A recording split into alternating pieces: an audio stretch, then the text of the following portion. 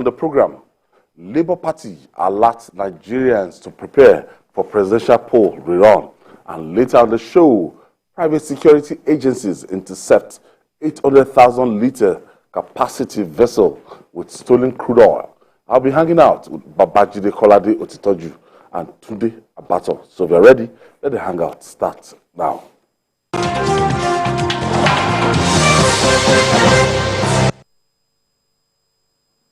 Thank you for staying with us. The ongoing presidential election petition tribunal is as testy for Nigeria as the poll itself.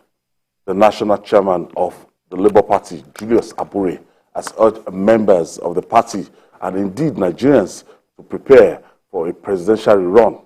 Abure said he has been informed that the All Progressive Congress, APC-led government, is also getting set for a run. The Labour Party chairman said the party is hopeful that if the matter gets to the Supreme Court, the apex court will also act in their favor. Julius Abure, when I read this report, so I had to go back again. You know, maybe my memory did not serve me well, so I had to go back again to the results. I was showing a friend just 10 minutes ago the graphics and everything. I don't know what inspired or what is propelling his optimism and where he got his intel from that, oh, we are still at the appeal level now. It has not even gotten to the Supreme Court. But ultimately, he's telling people that, look, especially the obedient, that we should be gearing up for a possible rerun. What might be the worst case scenario? 180 days is almost gone, so we expect the appeal to actually, any moment from now, give their verdict, and let's say it is appealed at the Supreme Court, another 60 days. So we'll get to know who actually won the February 25th presidential election. But Abure is telling that from all what he can get from the All Progressive Congress, I don't know how he got his feelers. Well, it's equal to place Julius Abure as an individual. He's a man speaking from both sides of his small mouth. He said they are confident that the court will declare Peter Obi the winner. In the same breath, in another breath, he's saying, oh, APC is getting ready for a rerun. Therefore, let us mobilize our people to prepare for a rerun so that they can humiliate the APC once again. You know what I see that is going on? It's just mind games. Jose Mourinho, the man who brought Chelsea from the brink, from the cesspit of soccer history, and won the league in England for them back to back after more than 50 years. He is a man that the whole world knows likes to play mind games. Abure is the political version of Jose Mourinho when it comes to playing mind games. They are trying to shoehorn the Supreme Court, the appeal court, that they also call presidential election petition court. But calling them by that name is even new. It's always appeal court. We know it's appeal court. You know, I tried to shoehorn the appeal court to give a verdict that favors them. And the court has warned that political parties should be wary of what they are saying. You come to court after a sitting and it rains, and a lawyer stands before people and says, oh, showers of blessings. It portends a good omen. It means we are going to win this court and win this case. You are going to win on the strength of the evidence that you bring before the court, not on the basis of, say, rain fell. How many times does it rain in a day? Huh? If you must interpret what's going to happen in court using the weather as the fulcrum of your argument, I don't know how I can explain what you are doing. This, in my view, is just an attempt to get into the heads of those judges. And those judges have warned. There's a limit to which you can even rationalize what's going on in the court, talk about what's going on in the court. Because judges don't want a situation in which you are trying to influence them and preempt their decision. You've had your day in court. Leave the court to decide the way it pleases. When you go before a court of law, you are depositing your confidence in it before it. So you don't have to say things that suggest that you are trying to twist them. Outcome. Yeah. Remember what the man who couldn't win his polling unit in Zaria too did the other day, threatening judges. If you try to swear in someone, the man they succeeded in swearing that man and nothing happened. No be not today. No be today now. So let's do what is right. I don't know where this optimism comes from. It will actually be a first in our country if what Abure is saying will happen.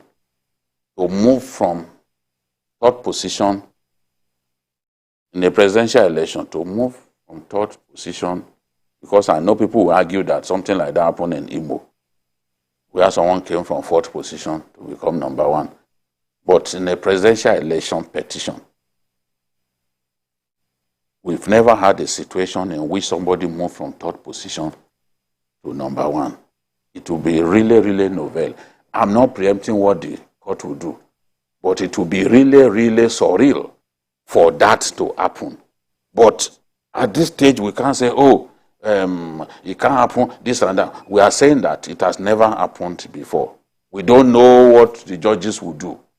And I want to believe that party leaders, whether they are in APC or PDP or Labour, as represented by Abure, should allow the court to decide.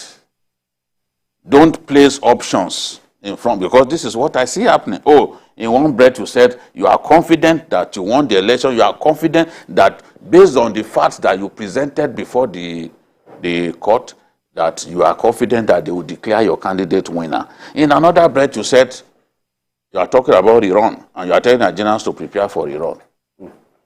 So today, how do you now decide if in the worst case scenario there's a rerun? I checked the figures, 12 states, all the candidates, and the figures, 8 million, 6.9 million, and 6.1 million. And how do you now say, look, well, I think the runner-up and the first position? I think, like he said, it has never happened anywhere in the world where you will be a judge in your own case. It is not logical. When you surrender yourself, the moment you appear before a panel of judges, you have surrendered all your evidences before them, and you allow them to hear from both sides and make up their mind as to who is right or wrong. As to the issue of coming from behind, what it means is that they are also calling for the cancellation of the law. They don't have any confidence in the law. Because if that one is the case, then all the 7 senators are one of the platform of the Labour Party. On that very day, on which the presidential election held, they will lose their seat.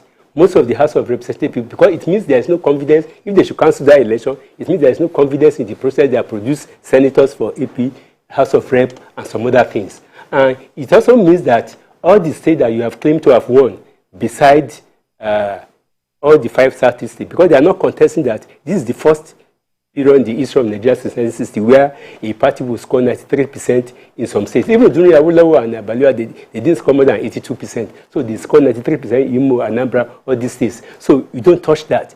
But what it means is that they're just playing my game. And secondly, like he said, I believe that they are just trying to stampede and blackmail because I'm very sorry to use that word, but that is what it means. Blackmail the judiciary, where you have not allowed them to listen patiently and arrive at their own conclusion. Because the moment you surrender yourself to appear in court, in Osun State, the man that was allegedly charged before the court for killing his guest in the hotel, he refused to surrender himself before the panel of judges, and he got a death conviction. So, LP, because you cannot be on the street and be in the court at the same time, they should have refused to appear before the panel and make up their mind how their man will become the president, rather than stopping the judges and trying to create a scenario in which you think that if the judges refuse to pronounce the judgment as per your own contention, then there will be confusion. It is unfortunate that Nigerian politicians were not patient with democratic principles. And these are the reasons why unfortunately, we have coups in Africa. When characters who campaigned during election, who presented themselves before the people, are beginning to say that they have no confidence in that particular thing, and they are not calling for chaos. How that one will happen, it is beyond logic what the FP people are doing. One would have expected that after they deliver the judgment, let them appeal to the Court of Appeal and the Supreme Court, rather than threatening those people who hold the pen and the biro. Remember that the two cases that happened at the Court of at the Abuja, the man that was asked to go and pay 40 million naira for the president, then it was, and remember the judge, the Federal High Court judge said that the name of the man should be recommended for the bench for disciplinary action for wasting the time of the judiciary. So I think our politicians should be matured. I would not have been surprised if the man who made what Abiru made is somebody who just left secondary school or who just left the university, who is naive about the processes of the law. They should allow the law to take its natural course. And anybody who is not satisfied should not go to the court. If you are not satisfied with what they are going to do, don't go to court. If you will not surrender yourself to their decision, there's no reason to go to the court. You see,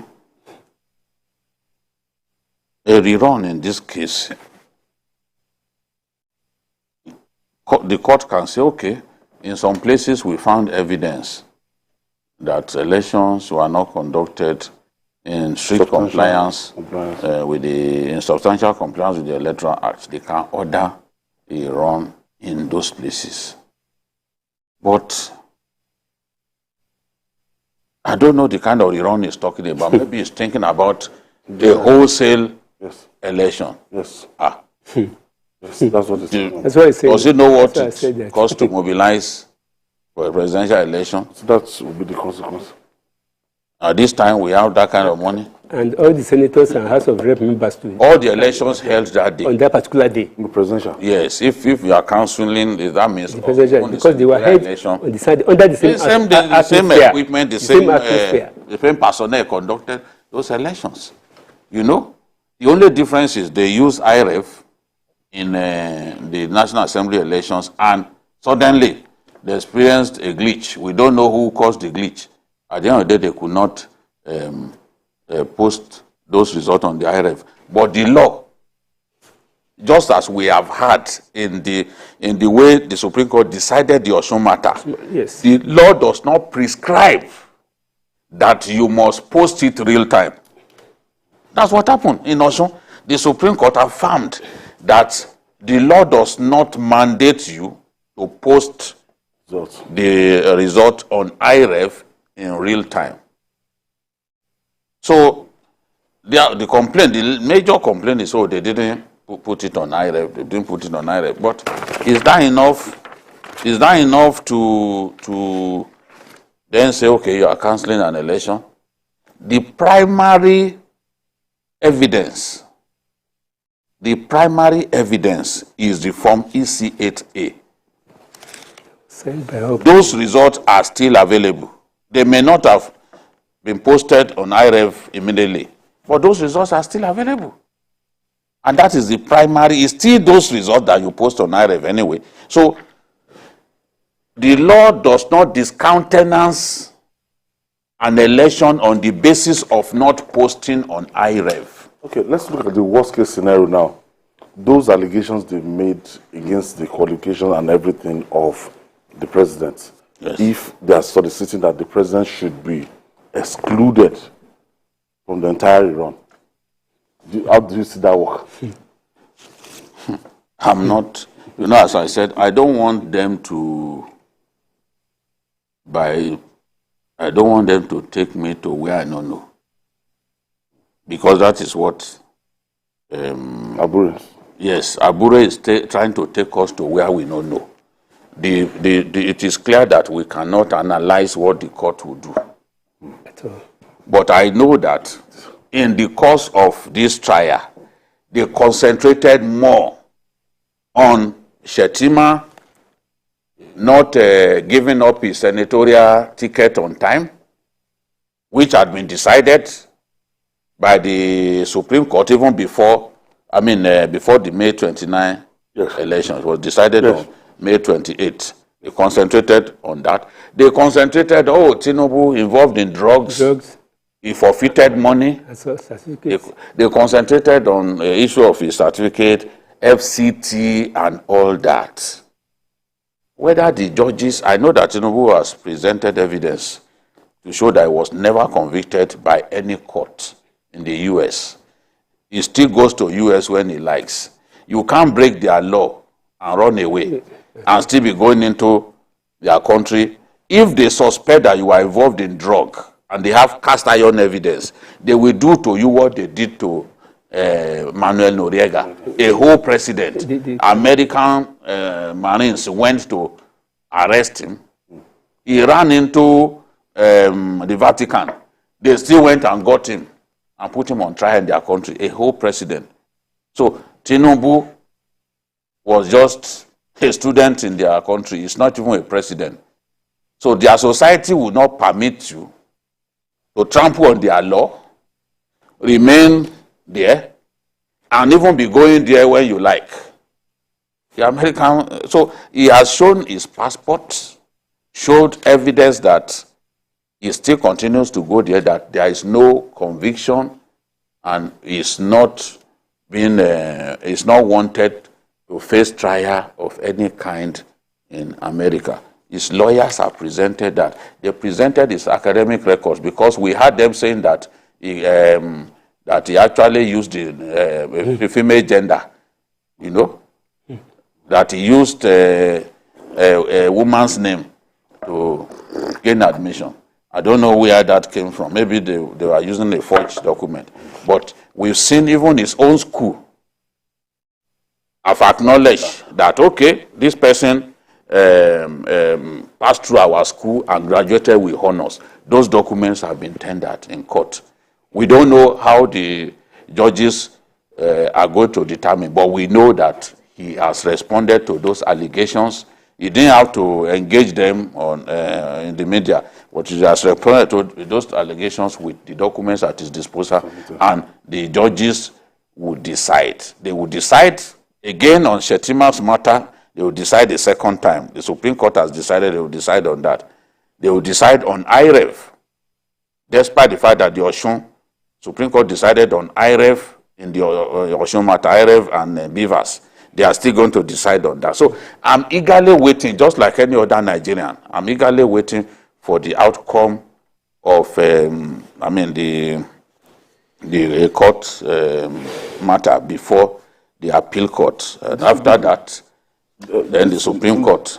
Yes. We know it will still get to Supreme Court. Yeah, it's after Supreme Court that we can even talk about a rerun or whatever. Yes. Not because this is not a final court. No, it's not. It's not. This will be the first time that election tribunal will be generating this kind of attention from across the world. Well, it is because there's desperation on many fronts. But don't forget the fact that a particular region of the country felt that either their candidate emerge victorious or not, it is their right, absolutely, to be allowed to become president. But people forget the fact that election is a game of numbers. You can only win an election based on the number of people that you can get to your side. You cannot conjure up images. And for you to be able to win election in a diverse country, Nigeria, you have to convince other stakeholders in Nigeria that you can be trusted with power. So that is why the thing is generating so much shit. And some people have this self-entitlement that it is either they emerge victorious or Nigeria will not be. Imagine. But the thing is that people have to know that Nigeria will continue to be.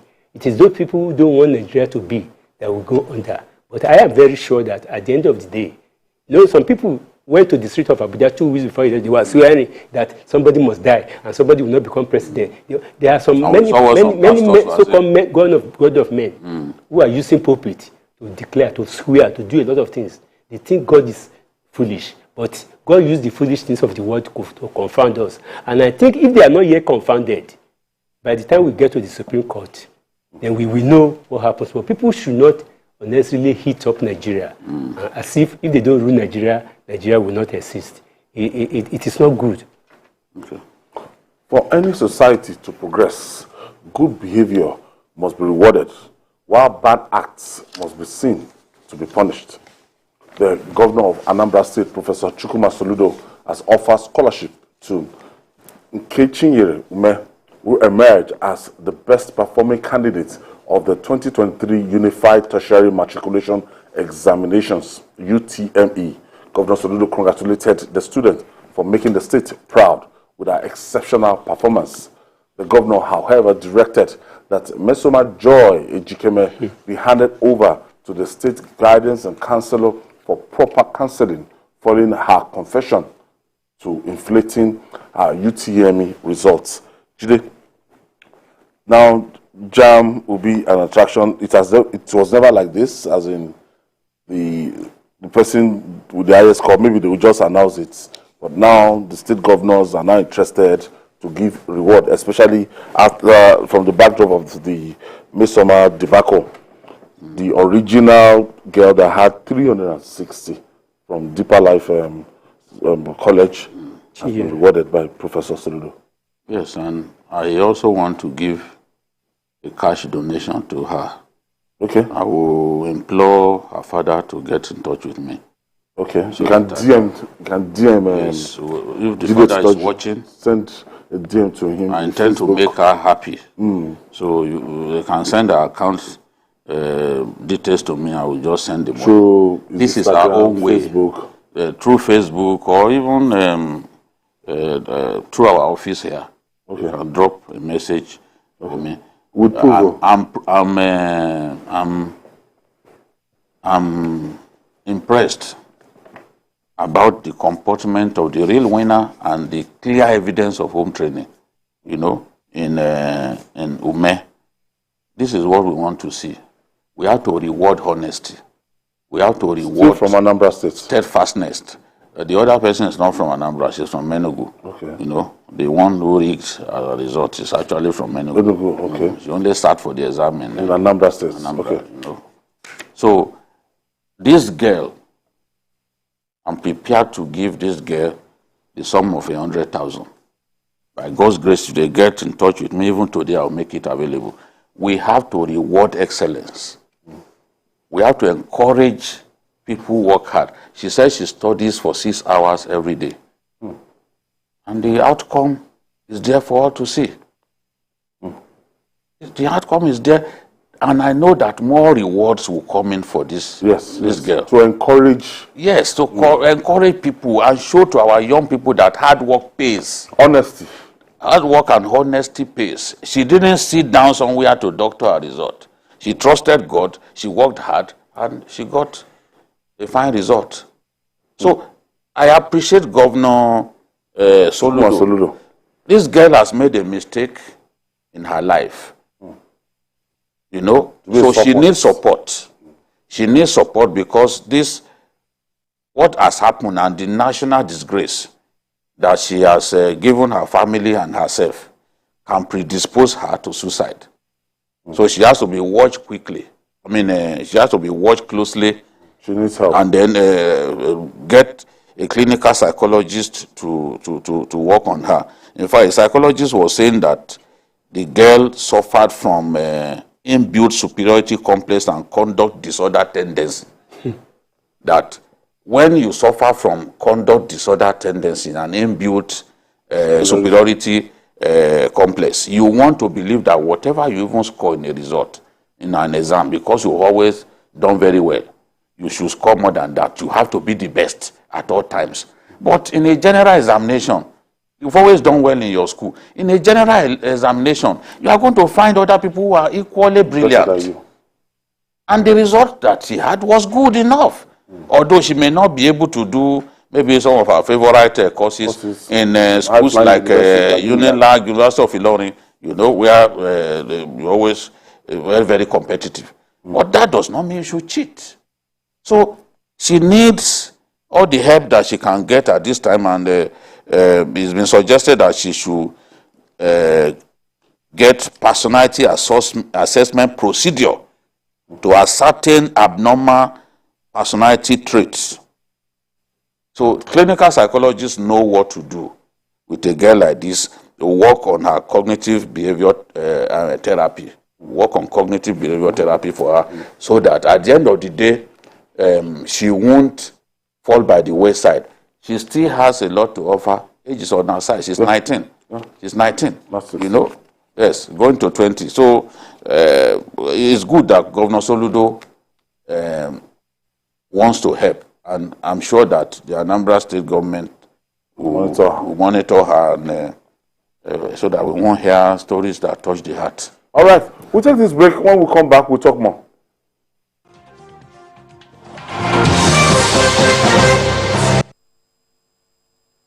Be the white card.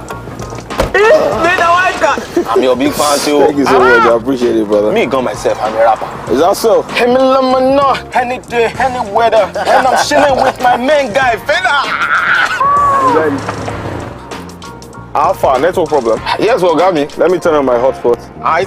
It have got it. You hop on 9 mobile confirm data. You can't be out here stranded in this street, so this guy. When you're on 9 confirm from 9 mobile, you get a super gift of 1,000 naira just for joining the network. 900% bonus on every recharge. 100% data bonus for 6 months and double data bonus on your first recharge of the month. Get a new SIM or dial star 1 400 hash now. 9 Mobile.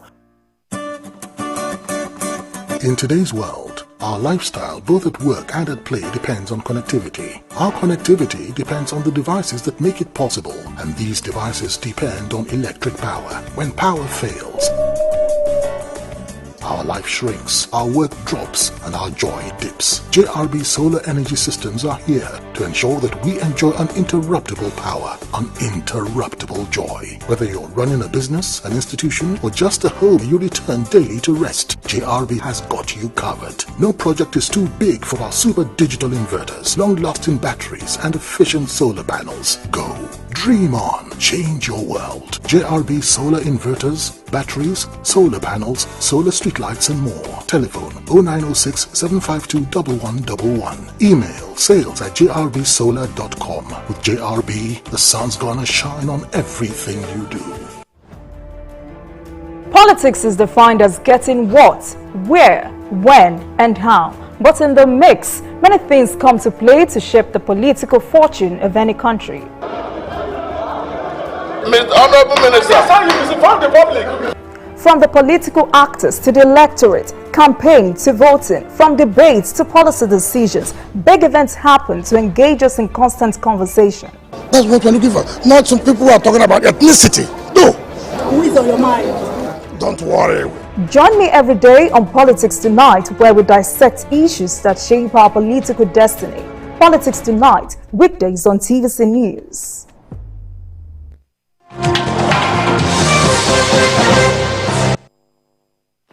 Thank you for staying with us. Today, Abaton. So, this person will need like a professional help. The lady, yes. The girl. Well, I think before we even talk on her, I want to draw a parallel between what happened in the case of this lady and the matter of the presidential election tribunal. You see, those people who play fair and who win convincingly, they don't make noise. When you look at events generally all over the world, most of the noises that we have been hearing from here and there are from those people who lost during the presidential election. Those who, after all, those people who won, they only spent 2 days to present their defense. But those who lost, they were making a lot of noise. For the lady, well, I think she needed to be helped. But a lesson has to be learned, and that lesson is that we must not encourage our young people to believe that they can force their way into anywhere. Because the thing is that, do you know that about 2017 to 2018 at the University of Ibadan. University of Ibadan has to expect 328 students who could not perform well in their first year. And that what that one tells you is that probably they cannot defend the school cert result in which they used to enter. And it's one of the reasons why all the topmost universities are insisting that you must write their own examination irrespective of whatever you score in JAMB.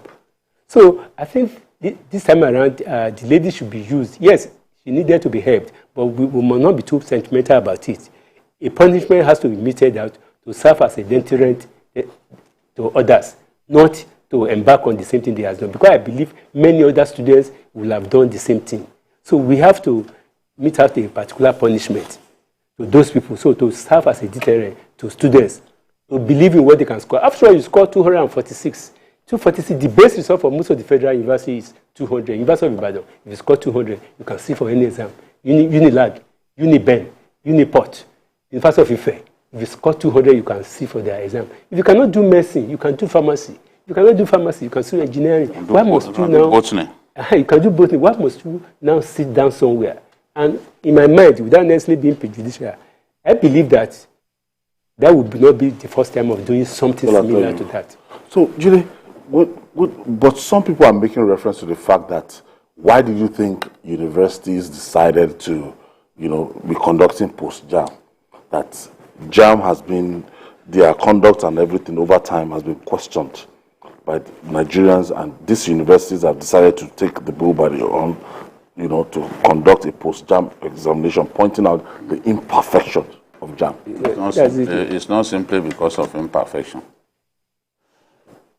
Competition for places.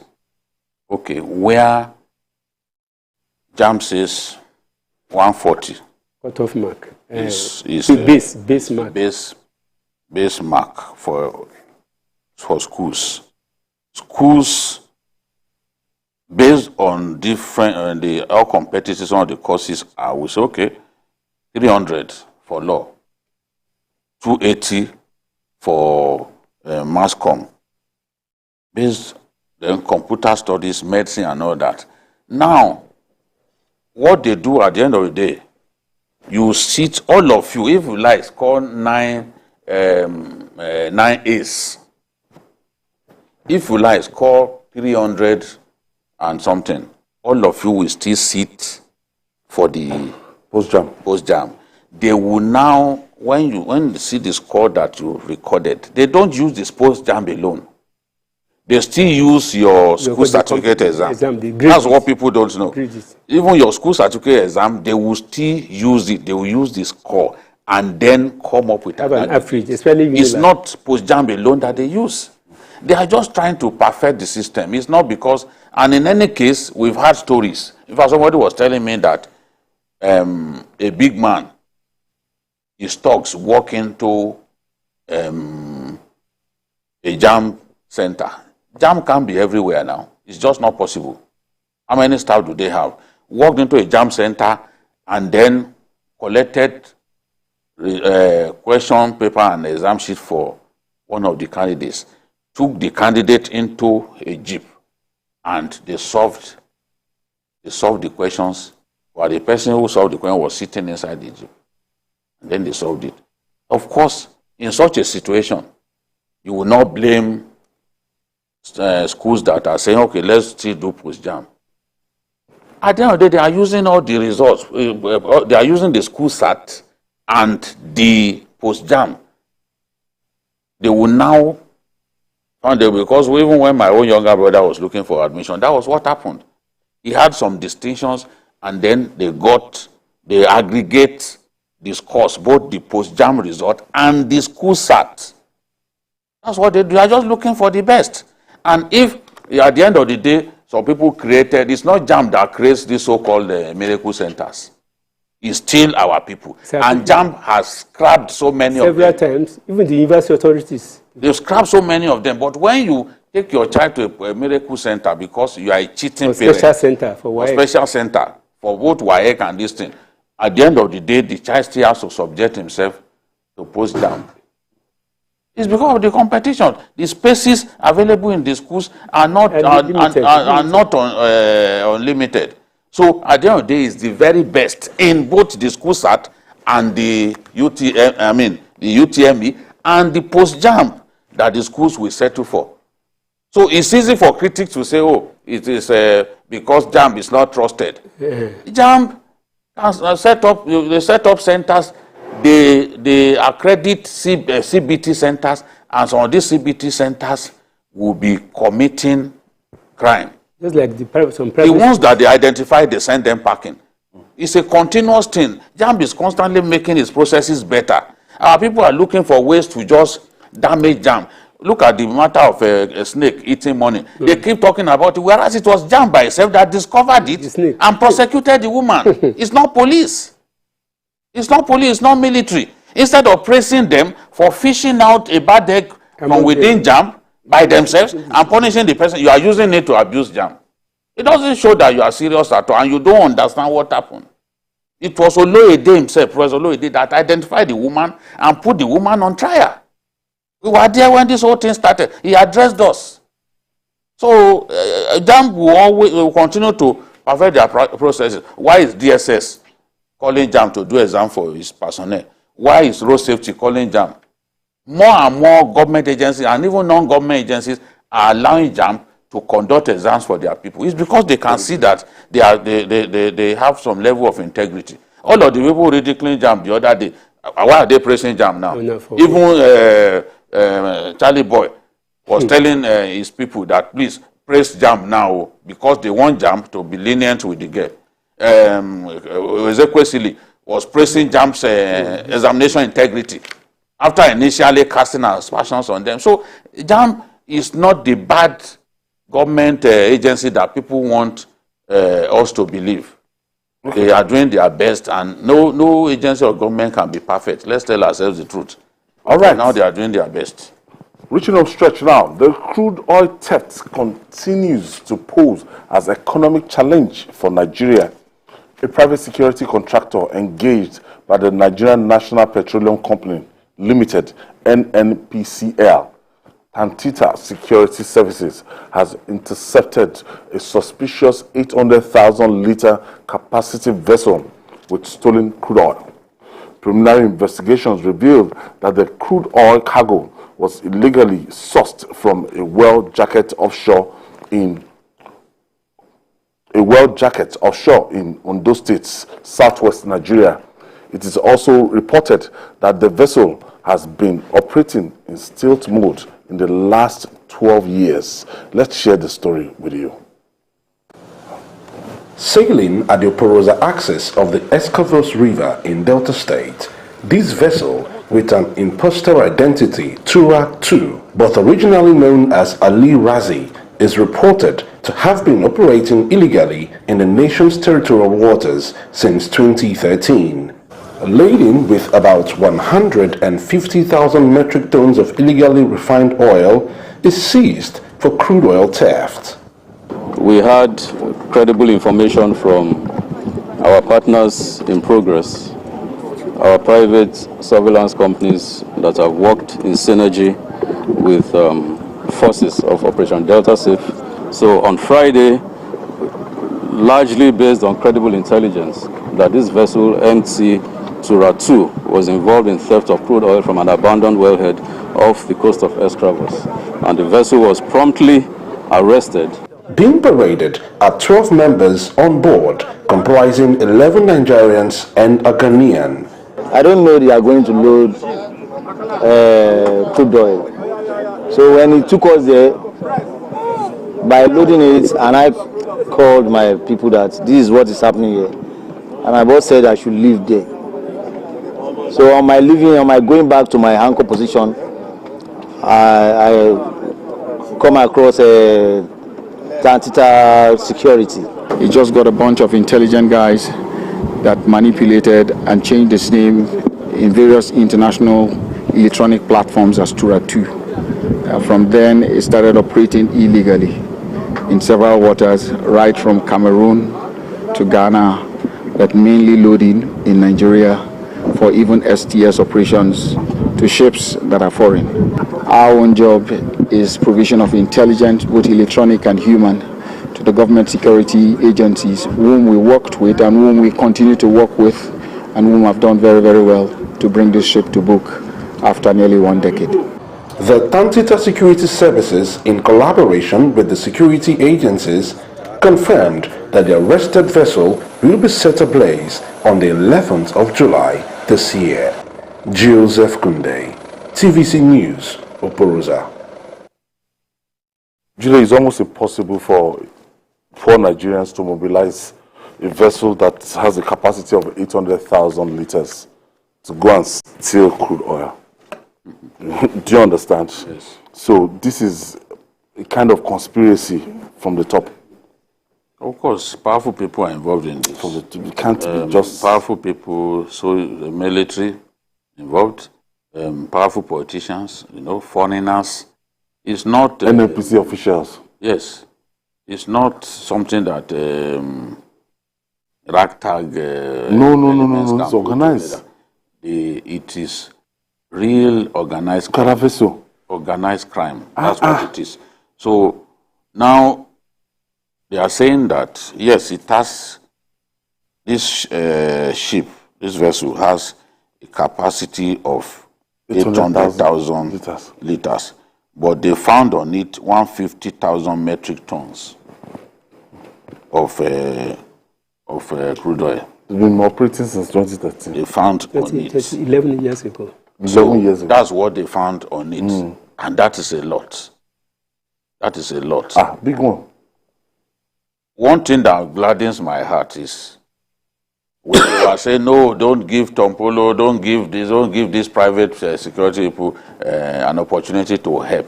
Nigeria belongs to all of us. Security of lives and property is not the job of government alone. Some have said, why should they give Tompolo this? Why should they do it? But today, the militants. Today, even our output has increased on account of our greater seriousness to address the problem of oil theft. It has increased. If I responded, the increase was almost sudden, almost immediately after this decision. Start identifying drain pipes that we have. The decision, the improvement in our oil output came almost immediately. The decision was taken to get these people involved. I'm not doing PR for them. I will also not condemn the Navy, because I'm happy that the Navy and these private security outfits, they are working together. Their own duty is intelligence. Provide intelligence, get the Navy involved. They will bring their war boats to come and surround. You can see their war boats. They will surround. Blast the vessel. They cannot go anywhere. They cannot go anywhere. So, and you had the naval general saying, he called them partners in progress. This is what we want to see. Amotekun in Ondo State, everywhere you have them, they too should, they should work with the police to secure our people better. We've been losing so much money through oil theft. Look at, they said between, that's 90, the Nigerian agency, 90 said we lost 16.25 trillion to oil theft, which is $46.16 billion to oil theft in 12 years, 2009 to 2020. So if we were able to stop them from stealing this quantum of oil, you can imagine what $46.16 billion can do Nigeria in our country. It can change this country. And then some people who are just stealing it, who are behaving like, look, our waterways are too porous that people can do what they like. How can people bring a vessel this big into our country? How did they even get into this place in the first place? We should be able to secure our territorial waters to the point that they can't even come in. But they've come in now, and they were intercepted by this private security outfit, who then invited the Navy to come and help ensure that they do not escape. So it's a good thing. Let's not condemn every action that government takes, because sometimes we see the full benefits of some of those actions. Because I remember those who were saying, look, why should they bring them, this and that? But you see now, they are working together. You can even see some government agency, people working with some government agency, and you see them with stupendous wealth. You see all their children schooling abroad, buying houses, buying a lot of things abroad, and you want to look at how much is their legitimate. When you compare, it means that some people have systematically over the years been bleeding Nigeria to dry. So that at the end of the day, for 11 years, organized crime, and this is not the only vessel involved. You cannot draw a parallel between this Cameroonian chip and the fact that when the oil subsidy was removed, people in Cameroon were protesting and causing the Nigerian government. Because you cannot draw a parallel and they suspended their own refinery because they rely more on crude oil stolen from Nigeria. They rely more on oil exported, smuggled oil from Nigeria to fuel their own economy. They preserve their own. So what it means is that I don't know why people should say government should not employ private security.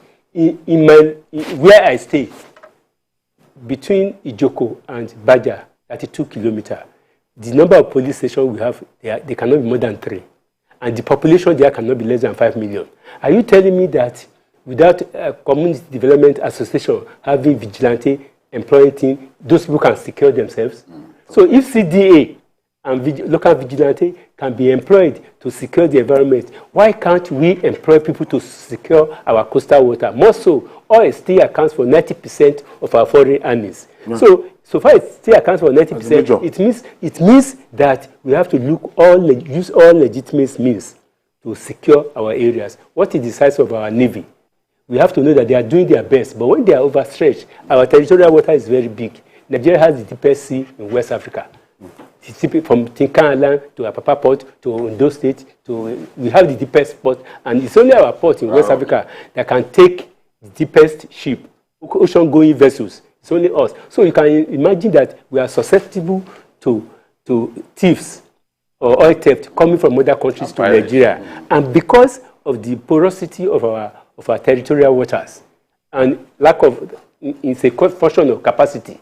Are we going to use all our money to recruit people in Navy, Air Force to patrol our water? No. So let us employ private people to do it. It's a question of if a woman, as I say, that if a man sees snake and a woman kills it, the most important thing is that the snake must not escape. The snake does yes. So let us, you can imagine $46 billion, what we should do to our university system, to the infrastructure, to the health services, to our road system, to everything. $46 billion is a lot of money that we may not make for a very long time. So I think no measure should be too much to involve private initiative to reduce, we may not entirely wipe it out, to reduce the theft of our common patrimony. If we have the political will. I said it from the beginning that they want to address this problem because oil theft is a threat to the Nigerian economy. You can imagine the quantum of money we have losing. This thing has been going on since the 70s. It didn't start today. It's just that this time around is so high to the point that OPEC, that we've been asking it to increase our quota. $1.8 million. They gave us, we cannot even meet our quota. It is 900,000 that we are producing up to now. I don't know whether in the last 3 weeks we can only meet 990,000.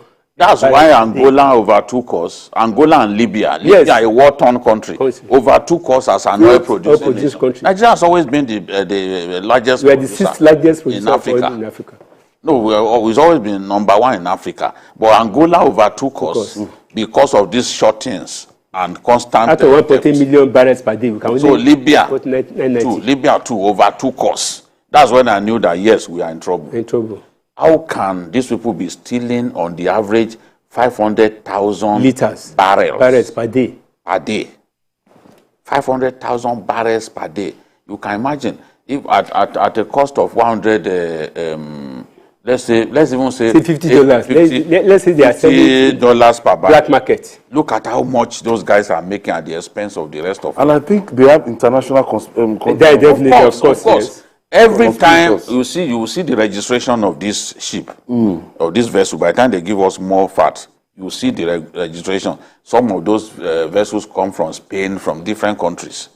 They have And the some oil them, thieves they- in Nigeria they is pay in dollars, they pay them in Cabal stealing oil in Nigeria is well entrenched. They have international collaborators and they are powerful. That is why we've not been able to put an end to this thing. You can imagine them directly from the high sea. They will be siphoning our oil and taking it all the way to 9 Europe. kilometers. There was a time it's called 9 kilometers of pipeline inside the sea down to the where the ship That's was what parked on the territorial water. That's what Asari was 9 saying. kilometers. They are even taking it directly from the source, the well head, oil well, directly from the head of the well. They are taking it, just stealing this. Nobody knows how much oil we produce on a given day. Nigeria is the we only have country. no means of ascertaining that. Nigeria is the only country that does not know what it counts. Whereas Saudi Arabia, they know how much they produce Yes, every minute. they've used every technology. minute. I was watching, I think it was Al Jazeera that went there. They were using technology to track all their pipelines. Drones. They were using technology. We inside the room where that man was, you see computers, and he was pointing at this is where this one is, pointing at everything. We don't even know our invisible pipelines. They are the market leaders. We have a lot of invisible Saudi Arabia pipelines. is the market leader, both in exporting refined crude and even crude oil itself, because they've taken their time. Look at the kind of money that Saudi Aramco is making. This is a season when Nigeria should be making money. When Putin is fighting a senseless war in Ukraine. Today, we are the only major oil producer not making money. They cannot make his own quota. We are not making money. We are not making money. We are not meeting our quota. We are not. Oil thieves are dealing with us. We cannot. The kind of profit that Aramco has been declaring. Yes, now we can't declare that kind of money, and we are an oil major. So this is a sector, and I'm happy that Asiwaju is focused on that, because from the beginning, this is what he wants to address.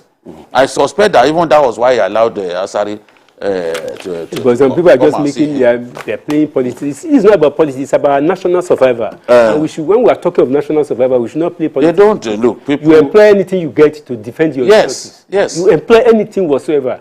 You have to employ anything. It's not a question of sentiment. It's a talk, it's something. What are you saying? But that is a stakeholder in that area, and he understands the game. All this stealing of crude oil, Asari too knows about it. We just have to stop this nonsense. How can OPEC allocate 1.8 million barrels per day for us, and we cannot lift more than 990,000 barrels? So the remaining 9.8, some people get it. It's questionable. And then even some of the oil companies in foreign even left Nigeria in anger. And oil theft is one of the reasons. Yes. You can't be producing and watching people steal what you are producing. They can't be happy. Because what it means some of them have left. The one that has stolen here, they are sold cheaper in the international market, and it will affect their own profit. They have international. It will also, international cartel. So they left. Some of those oil companies have left. So it's also affecting output, because you've not been able to replace oil companies that left. Definitely, it will affect your production level. Tunde Abato, thank you for your contribution. And BKO, thank you for your contribution always. And that's our offering today. Join us for another episode of the program tomorrow. You can watch the repeat broadcast of this episode tonight at 11 p.m. Join us this Sunday for Journalist Hangout on Sunday from 1:30 to 3:30 p.m. We're on YouTube, youtube.com/TVC News Nigeria. I'm Ayodele Osubaku. See you tomorrow.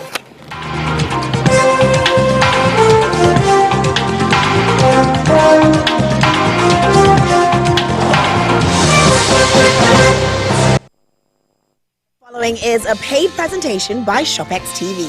Do you spend the night trying to get comfortable? Your knees rub bone on bone, your back and hips ache. You wake up in pain? Not anymore. ShopX TV is proud to introduce the Contour Legacy Pillow, the patented, ergonomically designed tapered leg pillow that naturally fits the contours of your legs, knees and thighs to help align your spine and alleviate pain. Watch, when you sleep on your side, your leg falls forward, twisting your pelvis and lower back, putting pressure on your spine, hip and sciatic. But the Contour Legacy Pillow cushions your knees and cradles your legs, relieving stress on joints while restoring your lower back alignment. Sleeping on your side, your leg comes over and puts you out of alignment, causing lower back pain, hip pain, even knee pain. By using the Contour Legacy Pillow, it restores the natural alignment of the spine, helping to alleviate pain and pressure, leading to much more restful sleep. Old-fashioned leg pillows are bulky, but the anatomical design of the Legacy Pillow fits perfectly the shape of your body the way nature intended. You can even use two together for full leg alignment. Legacy Pillow is exclusively ventilated, so it always stays cool and dry. With top crescent design, it cuddles up to you perfectly and easily moves with you. Ordinary pillows go flat, but the Legacy Pillow is made up of soft memory foam, so it never loses its shape and the cover is machine washable. The Contour Legacy Pillow is now available in Nigeria, exclusively from ShopX TV. You could be paying up to 500,000 naira for an orthopedic bed that doesn't properly support your spine. But call the number on your screen now and get 2 Legacy leg pillows for just 69,900 naira and get relief from back and hip issues. But wait! If you call now, we'll upgrade you to the Contour Better Sleep Collection. The collection comes with 2 Contour Legacy leg pillows and 2 Contour Cool Gel head pillows at no extra charge. The Contour Cool Gel head pillows' soothing orthopedic support will cradle your head and neck for full alignment, while keeping you cool all through the night for the best sleep of your life. Incredible! That's 2 Contour Legacy pillows and 2 Cool Gel head pillows for just 69,900 naira. And that's not all. Place your order now and we'll also deliver your Contour Better Sleep collection with no shipping charge. But hurry! This is an exclusive ShopX TV offer and only available for a limited period. So, call now while stock lasts. Your rest is your wealth. The proceeding was a paid presentation brought to you by ShopX TV.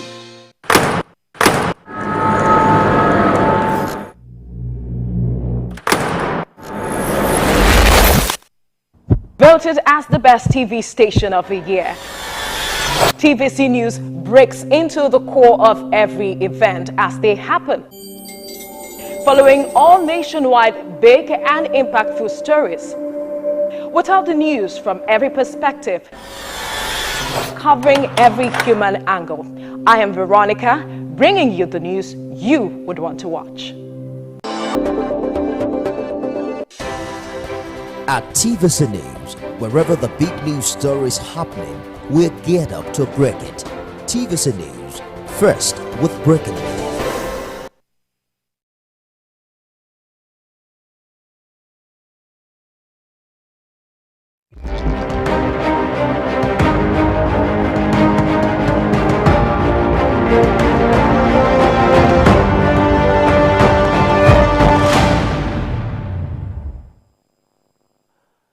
Well, the count is on, everyone. It's now day 43 of Bola Tinubu's presidency, and we are keeping tabs on activities and developments in his first 100 days in office. I am Nifemi Oguntoye. Thank you for joining us on the program. Coming up on the show today, we're joined by Nigerian politician, businessman, and philanthropist, Chief Emmanuel Wanyawu, who is the President General of Ohanaeze Ndigbo. He joins us to discuss insecurity in the Southeast.